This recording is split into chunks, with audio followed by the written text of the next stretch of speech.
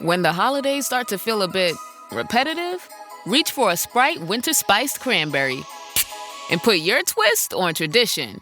A bold cranberry and winter spice flavor fusion, Sprite Winter Spiced Cranberry is a refreshing way to shake things up this sipping season. And only for a limited time. Sprite, obey your thirst.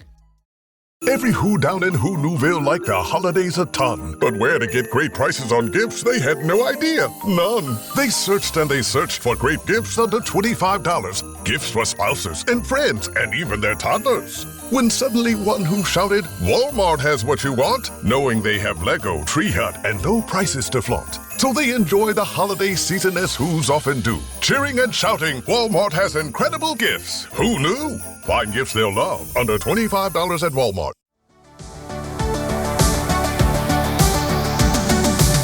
Welcome to the Dr. Raj podcast with Dr. Raj Dasgupta, a show all about educating patients, students, and aspiring doctors about better patient care. Dr. Raj is a quadruple board-certified physician and associate professor at the University of Southern California. He was a co-host of the TNT series Chasing the Cure with Ann Curry, as well as a regular on the TV show The Doctors. And now, here's our show. Hi, and welcome to the Dr. Raj podcast. Now, what is this a podcast of? It's a podcast of happiness and wellness and amazing stories, and stories that encourage you to be a better person. Stories that say, you be you. And with that being said, I have a wonderful guest today that I personally know, because it's always nice to have your own podcast. You could have awesome people come here to be role models. And we have a cool topic today. So I'm super excited to introduce this person. But of course, what's the pattern? We got to do the bio first, and then you can meet this wonderful person. So today, my guest is going to be Eva Khondaker, a recent medical graduate from the University of Medicine and Health Sciences, where she graduated with the highest honors. She holds a Bachelor of Science degree from the University of Alberta, majoring in the biological sciences and a minor in the classics. So Eva has over 10 years of medical and broadcasting experience. Her experience ranges from appearing on some local news channels to international TV networks, such as ATN. That's not acute tubular necrosis. Sorry, I had to do a little medical bad humor in there. That's the Asian television network.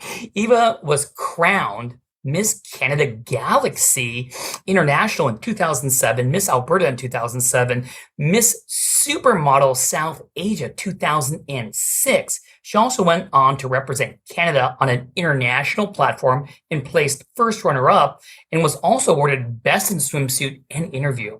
She has also had the privilege of being awarded first runner-up in Miss India Canada 2007 in Toronto, Ontario, Canada. In the past, Eva has been an ambassador for various nonprofit organizations, such as the Canadian Red Cross and the Cross Cancer Institute, just to name a few. She has helped raise awareness and funded for research. Eva is also a published co-author of medical ethics and biostatistics textbooks, specifically for students preparing for the USMLE. Recently, Eva has joined Inside the Boards as a podcast host, tutor, question writer, and head of social media. In her personal life, she is trained in classical Indian dance. She loves going to the gym and all things sci-fi. We'll see about that. You're talking to Mr. Sci-Fi right here, so we'll put her on the spot. In her spare time, she enjoys spending time with her dog, son, Quincy. She loves to go for hikes, play fetch with Quincy, and currently she's preparing for the 2023 match cycle. And with that being said, Eva, how are you doing today? Well, Dr. Raj, thank you for that long introduction. I love the fact that you took the time to, list out all the things that I've done in the past.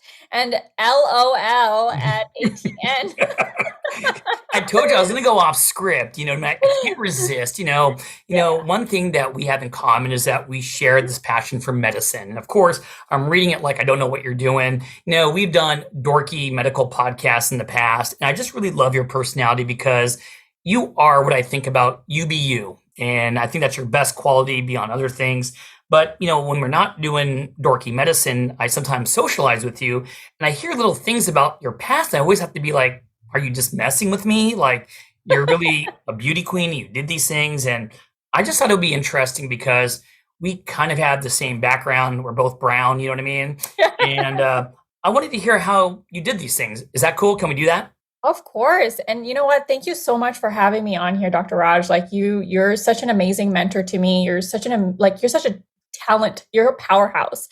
And to be able to even learn from you, it's a privilege. So thank you for taking the time to even talk to me and interview me. Like I'm over the moon right now. Aw. All right. So let's go back to our roots. Okay, here we go. So you were born in Bangladesh. So for my listeners, not everyone has international experience like you. What is it like growing up there? Do you still have friends there? Do you have nightmares from there? What is your experience like there?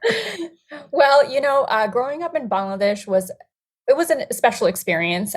It's a hard life. I'm not going to lie. It was, there were so many changes that I had to adjust to when I did move to the United States and then eventually Canada. So it was a culture shock. Life is different there, obviously. I do have friends there. A lot of friends that have, we kind of stay in touch with here and there. But I'm privileged to be able to experience a life that taught me how to work hard, to persevere, how to have stamina, and be able to bring that aspect of who I was growing up there to, the developing world like Canada or the United States. So yeah, what I loved about growing up in Bangladesh was obviously being able to see the sceneries there. There's just, Bangladesh is known for having one of the biggest coral reefs in the world, which is in Cox's Bazar, which is close to where I grew up. So it's been an experience, and I'm very honored and privileged to have had that past. So is it rooted in you to the point that I know you're getting married? I think it's going to be married next June. Is part of the wedding going to be in Bangladesh? And is your husband soon to be going to be riding it on the elephant, or tiger, or something like that? Or not really? No, I don't think so. I love my culture. I love everything about it. I love, the food is just amazing. We're going to bring a lot of that aspect to our wedding here in Canada. My fiance is actually not Bengali or, Bangladeshi at all. So he is Middle Eastern. So this is going to be a very amazing experience for him because he's never really seen South Asian culture like that, except for Bollywood. So, Bollywood's in India, but it's a big, big thing. No, totally. So he's like, do I get to wear clothes like that? Are you going to look like that? I'm like, uh-huh. Well, I got to tell you, I just finished watching an episode of, I can't believe I'm telling you this on my podcast of Indian Matchmaker. I hope he gets a chance to do some kind of dancing routine because the one thing I could have added to my wedding is maybe a little Bollywood dancing. It looks so fun doing it. Is he going to get to do a routine in the wedding or no? Yeah, of course. It's so much fun. It's kind of like Grease, like that. Remember back in the day, all those musical shows were a big hit. It's kind of like that. It's art imitating life. These Bollywood movies are just a celebration of love. And it's a celebration of families coming together, which is what our weddings are supposed to be. So, it's just a lot of fun. And 90% of my family is already in the United States. So it's just easier to have them come to Canada versus going all the way to Bangladesh to a foreign land, which I'm not even really acquainted with anymore. So, a lot of my family will be coming from the United States. There's a couple that's going to be coming from Bangladesh, but, we've really situated ourselves here and, I'm just looking forward to this amalgamation of cultures coming together. No, it's going to be awesome. So growing up, I got to ask you this question, which is, you've done so many amazing things. We're going to focus on these beauty pageants. That's the theme here. But what did you want to be growing up? And with that being said, for people who are born in India, in a Sri Lanka, in a Bangladesh, there is that theme about, hey, there's only one thing to be, and that's doctor. Our parents sometimes don't know how to be a doctor and why you're a doctor and what it goes through, but that's what they want you to be. Did you get the spiel, and how did that cascade into something completely opposite which is beauty pageants. Yeah, I think, medicine is one of those oldest professions in the world. It has always been celebrated and respected worldwide. Did I ever get that spiel? Yes and no. My parents always pushed me to follow my heart and follow my dreams. I've never really had my parents tell me, hey, you have to either be a doctor or an engineer or a lawyer. Because, you get those three. Yeah. Now add IT to the mix. So my parents never said that to me, but what my parents always told me is like, listen, Eva, you're coming to this foreign land where we don't know much about. We want you to adapt to this country. We want you to really integrate yourself and take the best out of society and be the best role model you can be. So my parents kind of just put me out there and I had to figure this out. But with that, I also had a lot of identity crisis because here I was coming from a country where I grew up with a certain set of values and cultures. And I'm coming to a country like Canada or the United States. And I really was like, whoa, where do I belong in this? There's so many things to choose from. I didn't even speak English at that time. Did I tell you that? When I first, and this is going to be the funniest thing. And I like very few people know how I learned to speak English. I did go to a school which taught us English in Bangladesh, but it's not as fluent. You don't enunciate the English words the way you would when you come to America, right? So I actually would watch Days of Our Lives. That's awesome. I used to watch soap operas when I was like 8 years old. And I was like, whoa, this is so cool. I've never seen any shows like that. Like we have Bengali soap operas, but they're dramatic. They're different. But this was just very foreign to me. It was very new. And I was like, wow, I really like this. Instead of watching those kid cartoons that my parents wanted me to watch, right? That is so funny. And I'd be like, are you kind of like, wow, I go to America and I should have like 2 boyfriends and cheat on one of them because, hey, that's what Days of Our Lives is doing. No. I was just like, wow, these people live like very lucrative lives. Like they're just so dramatic. They have so many things on the go. Like I just thought it was so cool. And That's the funny. storylines would constantly have twists and turns. So as soon as my parents would go to work, I would turn on Days of Our Lives and like, okay, let's see what little Timmy's up to. and it really helped me with my English. It's so weird, but it did, That is cool. I love that. So with that being said, I'm not going to let you off the hook. How did you get into beauty pageants? When you told your parents you're going to do a beauty pageant, did they lock you in the closet? They just looked at me like, is this like a crisis that she's going through? Honestly, my parents, they're very conservative, and I do come from a conservative culture. So they weren't very happy with the idea at first. I think where they started to understand that this was very beneficial and it had a positive effect in my life was when they started to see me getting scholarships. Wait, to be in a beauty pageant? Yeah, you get scholarships. I got a car. Really? Yeah. Wait. A car that like a Matchbox little toy car or like a real car? No. Like an actual car. My first car was a Toyota Echo that I won at one of these beauty pageants. That's pretty awesome. Oh, man. Yeah. So you get a lot of things, and this is what people don't understand about beauty pageants. Yeah. So how I kind of got into it, to backtrack into your question. Yeah. So basically, I went to this one event like long time ago, and it's just like a parade, like a annual parade here in Canada. And I saw this girl like kind of just like waving at the crowd, sitting on her little beautiful throne. And people were looking at her. Yeah, she was doing that that famous wave, right? And I was like, wow, like she just looks so regal. Like, and then I asked my mom, like, Mom, what does she do? My mom's like, I don't know.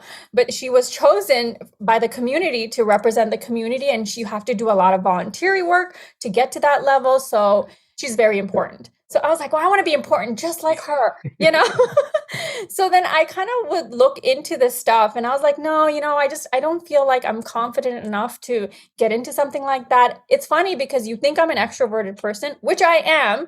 I'm very outgoing. Yeah. But I am so shy. Like when it's in a big crowd of people, I get so shy, I get so nervous. I hate public speaking. So then I joined this modeling company just to see like what it was like, because this was a foreign land to me. And literally they saw me and they just were like, nope, yeah, you would be perfect for pageants. Like, let's put you in it. And how old were you, Eva? How old were you?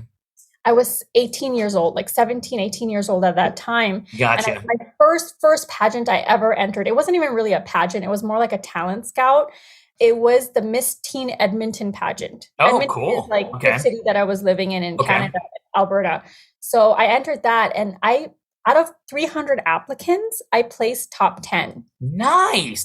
People don't realize if you put 300 people in the room and start counting them out, that's a lot of people. That's like, I can't even do the math there. What's that?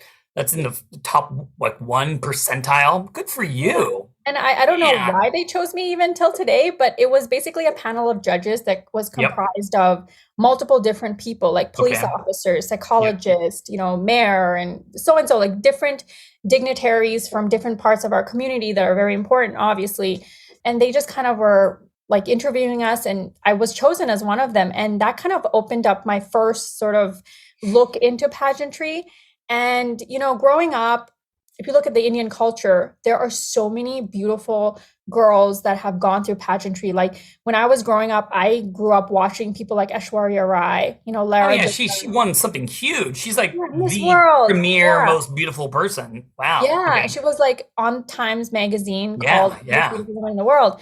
And, like I grew up looking at these things and I was like, I never thought that I would ever be in that kind of a caliber, but I wanted to try. I just wanted to see what doors it would open for me. And oh my God, it brought me to medicine. Does it ever feel like you're a marketing professional just speaking into the void? But with LinkedIn ads, you can know you're reaching the right decision makers, a network of 130 million of them, in fact. You can even target buyers by job title, industry, company, seniority, skills, and did I say job title? See how you can avoid the void and reach the right buyers with LinkedIn ads. Spend $250 on your first campaign and get a free $250 credit for the next one. Get started at linkedin.com/campaign. Terms and conditions apply. Oh, Hilton stay, your beds are soft and cozy. No lumpy couch, no stiff futon, no shower line at crack of dawn. Oh, Hilton stay, a holiday you're saving. When you want holiday comfort you can count on, it matters where you stay. This season, enjoy spacious, comfortable rooms and friendly service when you book with Hilton instead. Hilton for the stay. Is it a little addicting in the sense, the analogy, many years ago, I got my first TV appearance. And after that first, 3-4 minutes, it's like, I love it. I need to go back and do some more. So when you got the clapping, the ovation, you won whatever you won, is it kind of like that motivation to do another one and then another one? Does it kind of feel like that or not really? You get that dopamine rush, of course. The dopamine rush.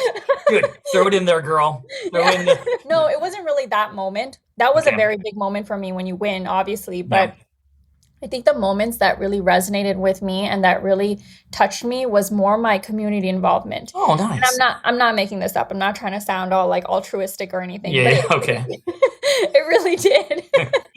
Because that's where I saw the real work happen. I get off on helping people. I really do. And, when I can see that I can actually help change someone's life or even like make someone's day even better, I get so excited. Like, I feel like I have a purpose in life. Do you know what I mean? As a physician, that's what we do. We help be a positive influence in people's life. We can't always change the way they live, but we can try and help them make those decisions.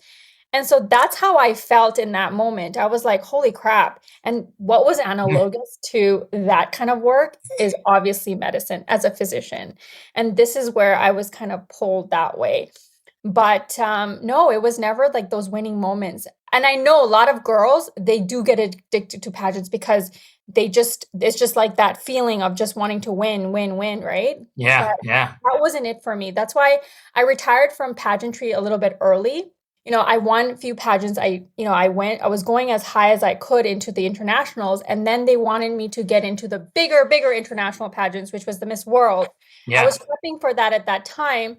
And there was an opportunity to go back to university, put my money towards that and get an education and go into medicine eventually, or continue on in this life and go into the media aspect or acting and all of that. I chose medicine and I gave up pageantry. And I gotta tell you, your answer for the previous question was probably one of the best answers I heard in general. I mean, when I view it as an outsider, part of being a doctor is being a teacher, being out there talking. So I always think about, we all have that type A personality where we want awards and acknowledgement all the time. I'm a sucker for that too. And I love that didn't grab you. That makes you such a better person than many people. I'm glad that what did grab you was the fact that you're in a role to influence others versus dopamine rush that many of us fall into. So I do want to acknowledge I was super listening, and I love that answer very much. So if anyone out there kind of wants to do this, I want to know, what are the requirements to enter one of these pageants? Now you got your training. What do you need to have to see if it got what it takes, Honestly, people don't know this, but there's a lot of work that goes into preparing for these pageants. Now, when you get higher and higher up the scale, the preparation gets more and more intense, okay? And what do you have to do? Well, if you're just starting off in a local pageant, anyone can enter, really. There's not a specific requirement, but there is a requirement for age, I believe. Like, okay. I'm no longer able to compete in a Miss pageant. I could probably do like a Ms. or a Mrs. event when I get married, but marry me, no. But I won't be a Miss anymore because I think the cutoff for that is at the age of 28. Okay. I'm not going to say my age here. You don't need to. But you can do the math. Because you're my buddy. You're forever 21, dude. Oh, yes. I love that. I'm forever 21. Yeah. But once you pass that, you're no longer a Miss. But those are the requirements. And one of the requirements is that you be a good citizen. They do look at who you are as a person. A lot of the beauty queens that you see, like Miss Universe, Miss World, these are lawyers. These are doctors. They are like very well accomplished. You have to have that education behind you as well. And they never say that. That's the thing I wish they would say more about. That's good to hear. I'm glad you're saying that. Yeah. And this is where beauty pageants are taking a shift now. They're trying to show that these women are just more than just their physical attributes. If you look at the history of beauty pageants, it kind of started around World War. I think World War II around that time. And it was to give women a platform to be able to foray into whatever field that they wanted to go into, whether it be the armed forces or politics or business, whatever they wanted to do, it gave them that voice. Now with social media and this whole industry that we live in where we have access to media 24/7. Yeah. You don't necessarily need to go through that route. You can be your own advocate, which back in the day, women didn't have that, right? So things are slowly changing. But with that, pageantry is also changing, right? Everything evolves over time. So pageantry, it gives women a network, women for each other, women that can help build confidence in one another, be able to give back to the community. So there are so many great attributes to pageantry. And these girls, they prepare a lot. Like, you have to know how to speak publicly very well. You have to be able to walk a certain way. Those hours on stage, it's daunting. Do you know how hard it is to walk in stiletto heels? The answer is no. That'd be good if I said yes, but no, I don't know. Yeah, and then you got to do twists and turns, and I know some people are listening like, "Girl, it's not that hard." But it is. It's and you have to be at the top shape of your life. Like, you have to work out, you have to look good, you have to be healthy. It's just a pretty face. You have to be well-rounded. And as physicians, we know that can be challenging, like that life-work balance. Oh, right? yeah. So this is what these girls do. They have balance in their life. I like that. Now, you kind of led to my next question because in general, I just wanted to know, and you could answer for yourself, how do you prepare for these pageants? I know you've been in so many. What are the core things you've done? So a lot of the work that I've done, actually, I shaved my hair once for one of the before. You mean off? Like no hair? Yeah, like shaved. Like me? You still have hair. Come on. But I literally went scalp, shaved my head for cancer, to raise money, because I was an ambassador for the Cross Cancer Institute. Nice. And I donate my hair. Yeah. Right, to make wigs and things like that and to raise money for charity. So I actually did that for one of my pageants, and I actually won Miss Supermodel South Asia with a wig on because I didn't care. whatever, Yeah. if it's for a good cause, let's just Of do it. course. Right? Yeah. So this is how I prepare. I do a lot of volunteer work. I give back to my community and I get my community to support me. That Aw. fuels my passion, So yeah, like I feel like that's how I mentally prepare. I looked into pageant coaches in the past, but to be honest with you, when I was doing pageants, my family wasn't financially as stable, like just like many immigrant parents. I had to work full time Yep. and go to school and do all of this, volunteer work. So a lot of what I used to do to prepare for these big pageants, because they cost a lot of money, like those gowns, they're like not cheap. Yeah. So I would try to get sponsorships. And, the Faculty of Medicine and Dentistry here in Alberta really did sponsor me for something. Wow. Good for Yeah, you. I got some great sponsors. My community was so helpful, Yeah. So I've been privileged in that sense. And I would work to pay for these things. I would go work out. So there was a lot of preparation. I want to hear like you in the gym because I love your first answer because that's the most important. So, I mean, Uh-huh. when you're like, those Rocky movies where they have the collage or what's it called, where they have the clips, are you like running in the snow up the hill, carrying some logs? I mean, what are you doing You physically? know what? I probably should have done that, but that's how I felt in my mind when I was running on the treadmill. But I was like, yeah, I'm like Rocky, gotta do 20 more. But yeah, like I would work out, try to eat a certain balanced meal. I was never like those girls, like, the Hollywood movies, they show you like, they don't eat anything but like salads. Never that, never. I love food. Good for you. No, Yeah, food's awesome. I'll eat Yep. anything. But yeah, it's just maintaining that balance, having a fit body and looking your best because you feel your best. Oh, well said. Now, let me throw you a curveball. I'm just dying to throw this one out there. Okay. I hope you've seen this movie. Have you watched Miss Congeniality? Oh my God, yes. So, I mean, Sandra Bullock, that movie, it's a classic, the first one at least, Yeah. Is that in the beauty pageant realm, one of the landmark movies that you guys just cherish because it really is funny, but it had a good theme to it? Of course, I think that movie was so clever and it Yeah. was done so well. And yes, I feel like all my pageant girlfriends, we always kind of like refer to that. And I know those memes go around like, what is your favorite? I think it was like, what was your favorite season? And she's like, it's April because it's not too cold and it's not too hot. No, and that's what was to my next question, which is the questions they ask. Because I remember all those, and it had that whole spiel of, if you don't know what to say, world peace. Yeah, world peace. No. So, do you know the questions they're going to ask you beforehand? Is it off the cuff, and how do you prepare for them?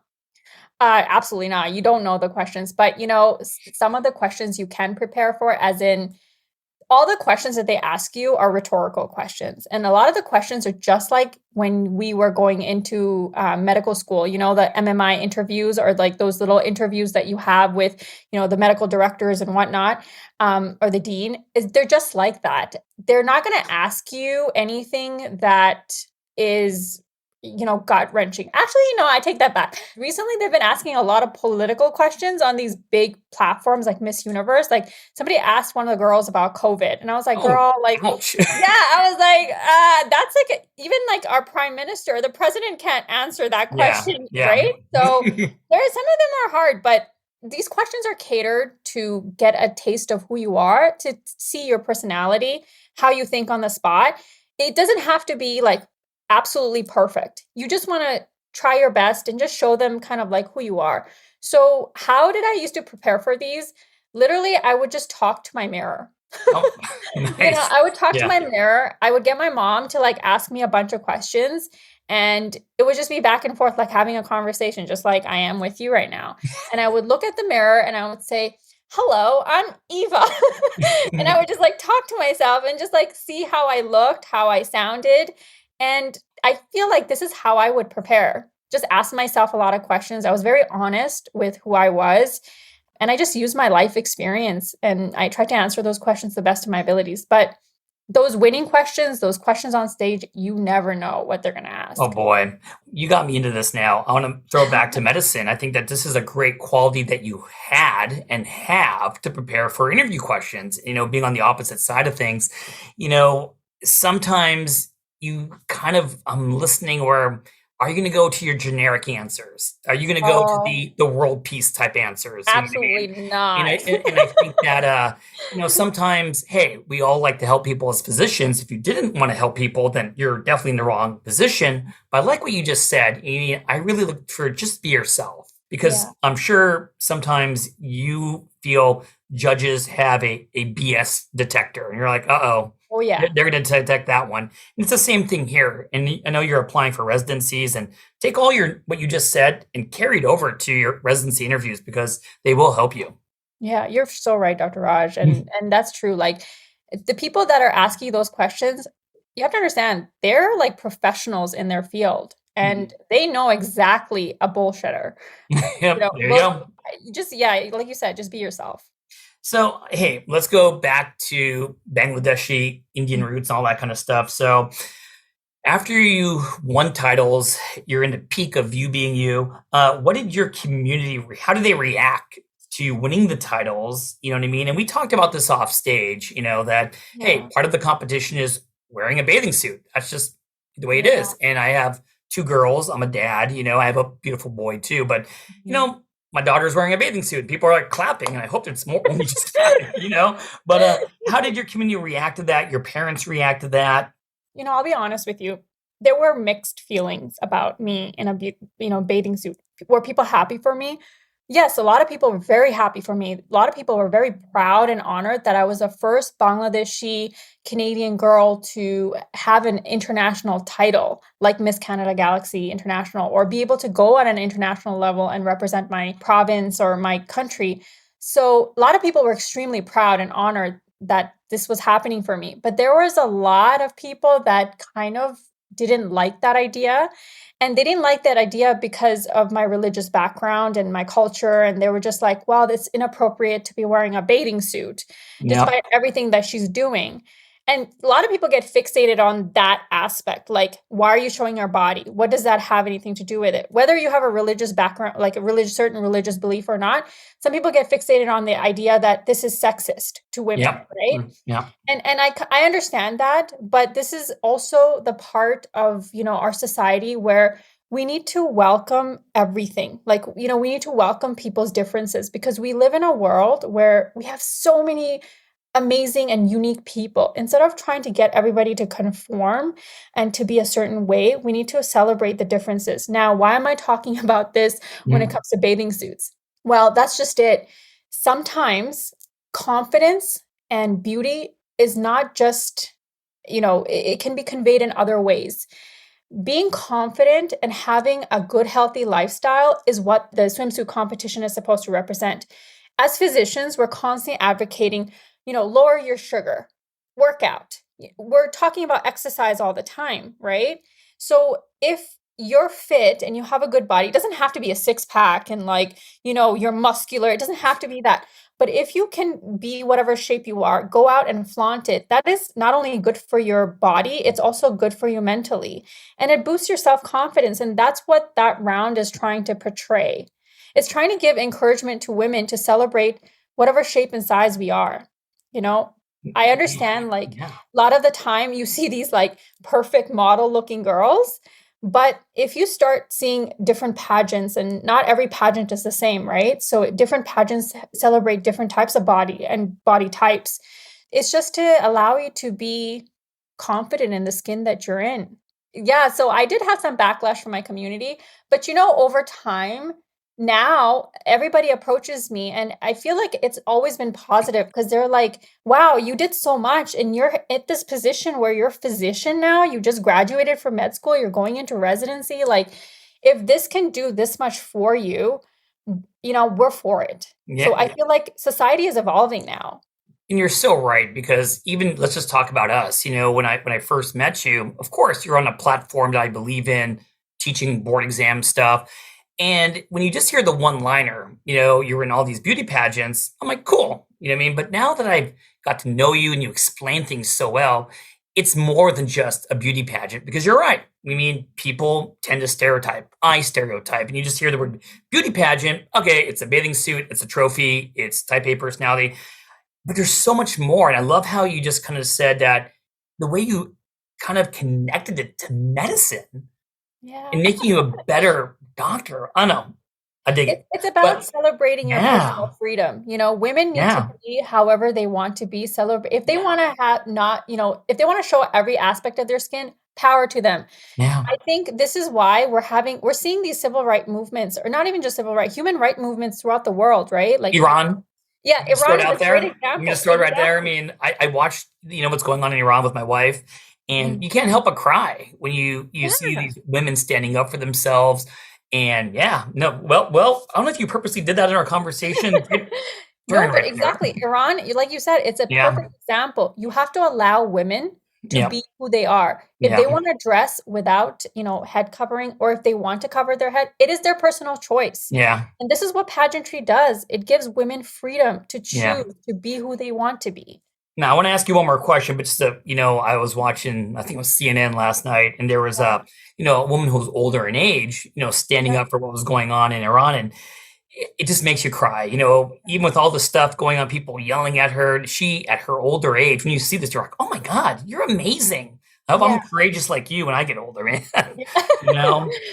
But I want to ask you this, is do you think pageants are still relevant right now, today, in 2022, and why or why not? Of course they are. A lot of people would argue against what I just said, but I think that they are just as relevant as they were.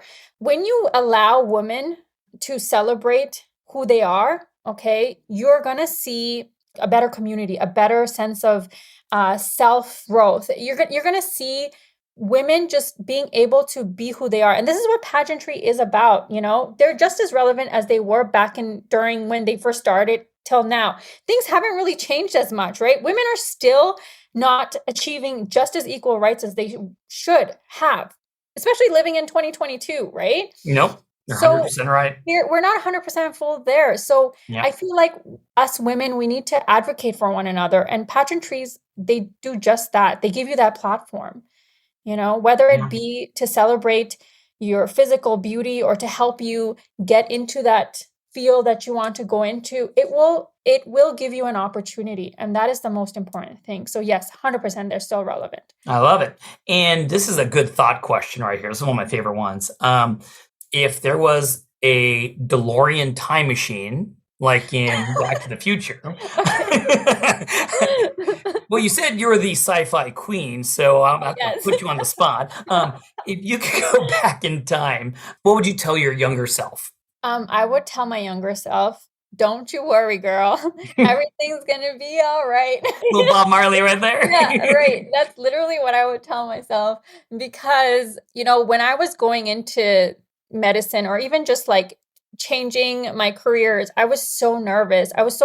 Even when I was on that stage. I was always questioning myself. If I'm doing the right thing, going against the grain, not listening to what other people are saying. I felt like a leader. I felt like I was paving the road that was not even paved yet. and I felt like I was just kind of running in the dark towards something that I wanted. And I was so confused. I was scared. And I wish I could go back and tell myself, you know what? Everything's going to be fine. You'll be great. Everything works out. It's hard at first, but believe in yourself. Stay on the path. No matter how hard it gets, continue on, and you'll reap the benefits at the end one day. Aw. Well, as I only have a couple more questions left, I want to kind of throw these questions out of order. We didn't get to talk much about the pageant itself. So if you could pick just one moment, what was your favorite moment in one of the beauty pageants that you won or didn't win? What would it be? Actually, my moments were when I made connections with some of these women that I've competed with. Actually, I'm still friends with them till today. And a lot of these women, even my roommate, she went on to become an architect. She has 2 children, and I'm still in touch with them. Another friend of mine who ended up winning the Miss India Canada pageant that year, Meher Pavri, she actually has just recently starred in a Netflix show called, I think it's called A Wedding Season. Awesome. Yeah, I need to catch that. That's awesome. All right. Yeah. I mean, we competed in pageants like 10, 15 years ago when we were young, but look at their life now. They're all becoming such amazing women with their own careers, and they're sort of like all flourishing and thriving. And I'm just so blessed to have these friends and have made these connections. So these were probably one of my greatest moments that I cherish forever. What would you tell a young girl? You know what I mean? I think I'm really excited about this, you know what I mean? Because, I do have a wide variety of people listen to Dr. Raj podcast, and I cherish all of them. But if there's a young girl that's listening to you and they saw Miss Congeniality, they saw you, they saw whatever it is, and they want to be in a beauty pageant, what advice would you give? I would tell them that, first of all, welcome to an adventure of a lifetime. You are going to not only go on to win many titles, you're going to be celebrated, but take this moment to love yourself, to honor yourself, and grow those networks, grow those friendships, because you are going to be completely a different person coming out of this. And it's only positives that you're going to take away. So enjoy the moment, enjoy the ride. Nice.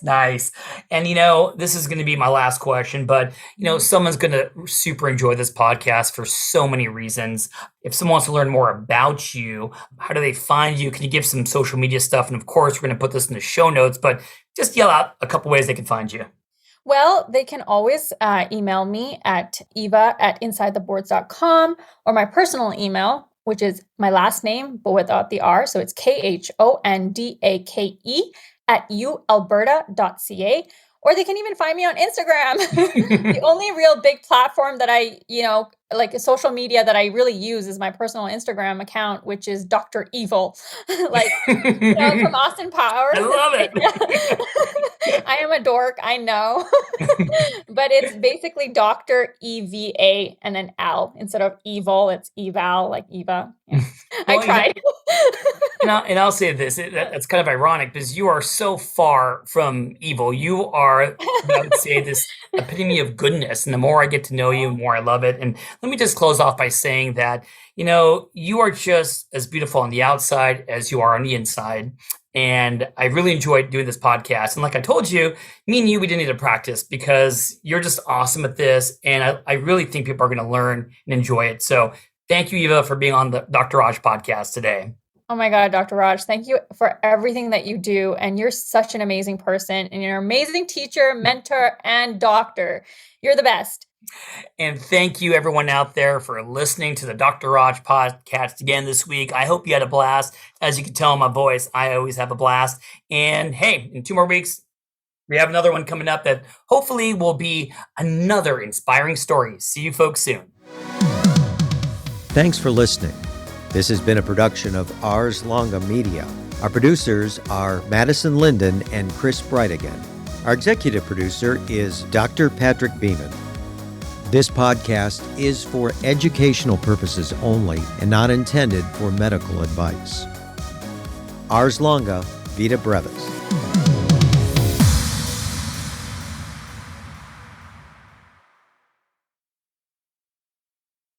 Hey, Ryan Reynolds here for Mint Mobile. One of the perks about having 4 kids that you know about is actually getting a direct line to the big man up north. Mm-hmm. And this year, he wants you to know the best gift that you can give someone is the gift of Mint Mobile's unlimited wireless for $15 a month. Now, you don't even need to wrap it. Give it a try at mintmobile.com/switch. Upfront payment of $45 for 3-month plan equivalent to $15 per month required. New customer offer for first 3 months only. Speed slow after 35 gigabytes if network's busy. Taxes and fees extra. See mintmobile.com.